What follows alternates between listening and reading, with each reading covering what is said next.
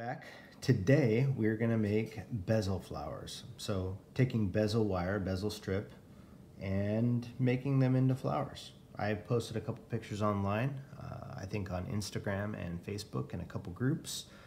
So if you like those, take a look at those. Follow us on Facebook and Instagram. And of course, if you like what you're seeing, right there, there's a little red subscribe button. Hit that subscribe, leave us a comment, hit a like. Every bit of feedback I get helps me keep going. And without any more distractions, we're going to make these. So there's a couple different variations. Some are made from silver, others are made from copper. And here's a little complex one. There we go. So it's got some leaves on it. This one's made out of copper and brass. This one is a silver with a copper kind of red enameled stamen. And then these little guys, see if I can zoom in on close. Where am I? There we go. These little guys. So yeah, see what we can do about those. There's this one closer up. All right, so we're gonna start talking about tools first, and we will get to that. All right, tools. Very, very simple, and two of them are homemade. So first, you got your little round jaw pliers.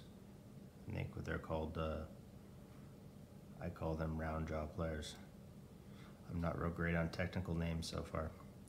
Anyway, what I've done with these is I've polished them out with a wire brush, hit them with a little buffing pad, and then I took a cut burr on the end of these to make sure I have no sharp edges around that tip, because when I'm grabbing and bending, I want to make sure that this end is round and it's not filed and squared off. So that's what I did to those. A pair of tweezers. These ones have been sharpened down. They don't have to be, but I like tweezers that are stout so I can hold on to them and they're not gonna bend and twist while I have something in there in the jaws. Now these guys are homemade. These are crochet needles. I almost said croquet. Crochet needles. This one is aluminum and it's been rounded off just ever so slightly. This end doesn't, I don't use that end, so that one's just kind of filed, take the burrs off. And then this one is made from steel.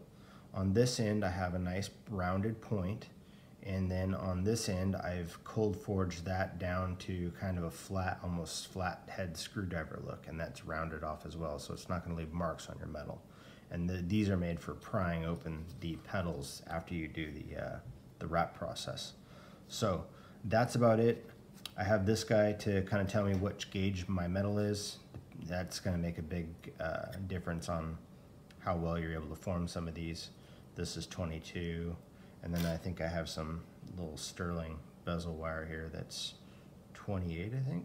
Yeah, 28. So you can make them super small once you get kind of good at it, and you can make them a little bit bigger. All right, let's get into making. All right, so basically what I have are these bezel strips. These ones are cut from the Kevin Potter March subscription box. What I've done is I've taken my jeweler saw and just elongated this portion, the bottom portion of the bezel, so that I get a little bigger petal out of what I'm doing. These ones work the same way. These are a fine silver bezel, a little scalloped, and sometimes I'll cut those down a little bit farther too. It's hard to find good bezel strip for this that has really, really long, big petals on it. These ones that Kevin Potter sent in the March box work really well, but I still had to kind of elongate them for this process. I'm gonna sneeze, so stand by. Ah, bless me. All right, so these ones are the same thing, only I've textured them prior to stamping them out. So something interesting I'll try later on, but I want to put those on there. So today, for this one, we're going to do this one. this one live on video. So first thing I want to do is anneal my metal, take off all my burrs. This is nice and soft. And for this, I've cut it at a slight angle. I want this smaller piece to be at the end of my flower. So once I get done, I want that to be the last part. So what I'm going to do is I'm going to take my tweezers, and the first part of this is going to be trying to make this bend, this curl, as small as I possibly can. So get started with the pliers. Make sure you guys can see what's going on. And I'm going to just curl that. And then I can try and get it as tight of a curl as I can for that center. And that's going to help you kind of get everything else aligned. So now that that's pretty tight, I'm just going to start curling. Almost like you're making jump rings. And I'm going to check it to make sure I'm staying tight.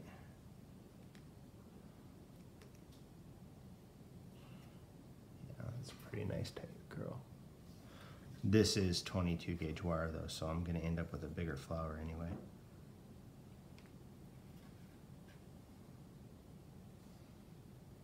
And all I do is same thing like you're making a jump ring. Just twist it around.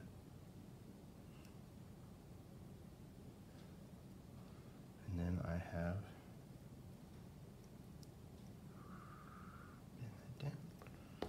have that shape. See if I can get up and show you guys a little closer. So that's the shape that I have right now. What I'm going to end up doing is taking it into the studio, soldering this end down, and then compressing that just a little bit more.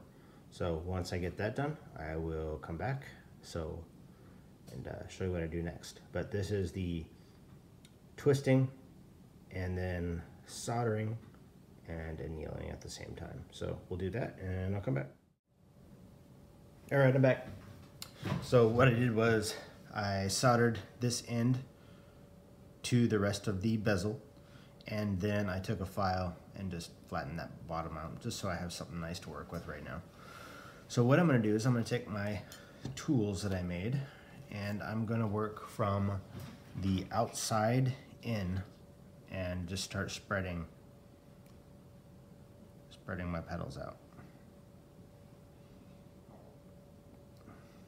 I was using the wrong one. I like using the flat one first.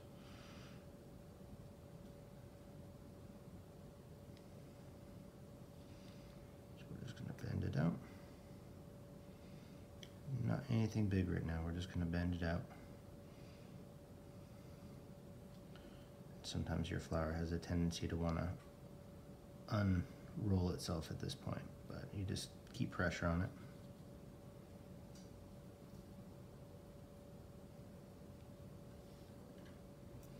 And then if you need to, grab your other pliers and just bend them down.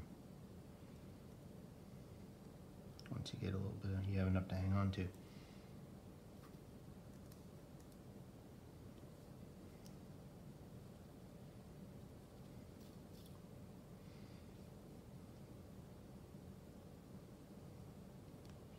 This is part of the wire around the ends of my pliers.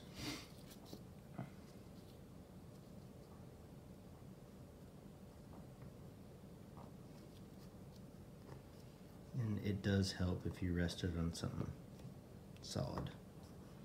One reason why I ended up flattening that bottom.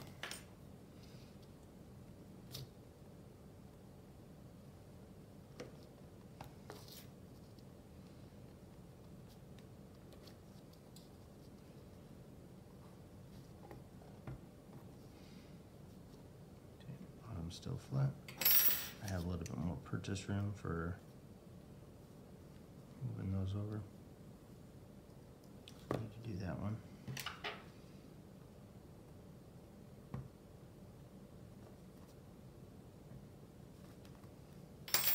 So I can get a hold of it.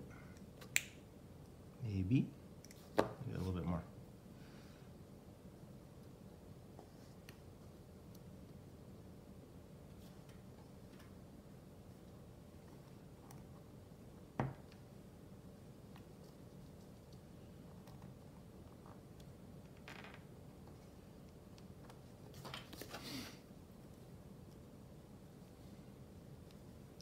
just go around the flower looking for areas that need to be brought down. This one, for example. Just unfold it a little bit.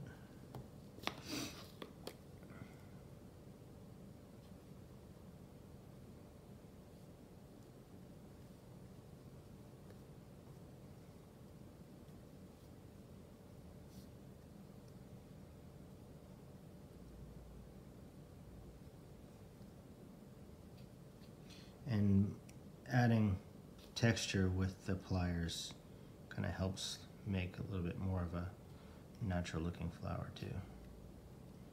You're gonna do that while you're unfolding it. You're just gonna add some texture to the outside by crimping it down.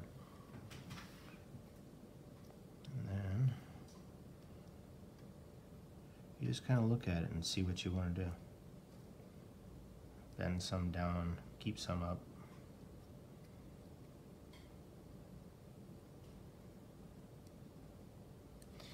Use your tweezers, bend a little bit. This is why you want some strong tweezers.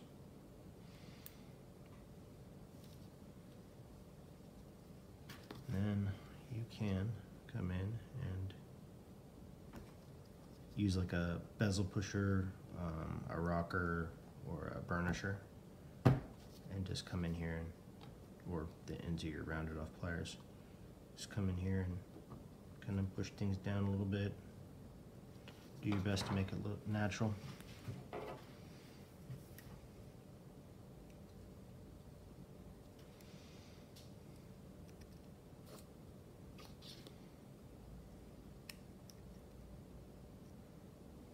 Like that up a little bit more. All right, so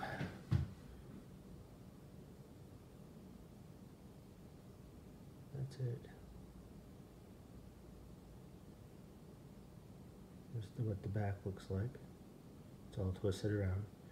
It would be nice if I could get that a little bit tighter. I would end up with a flower that's not as wide.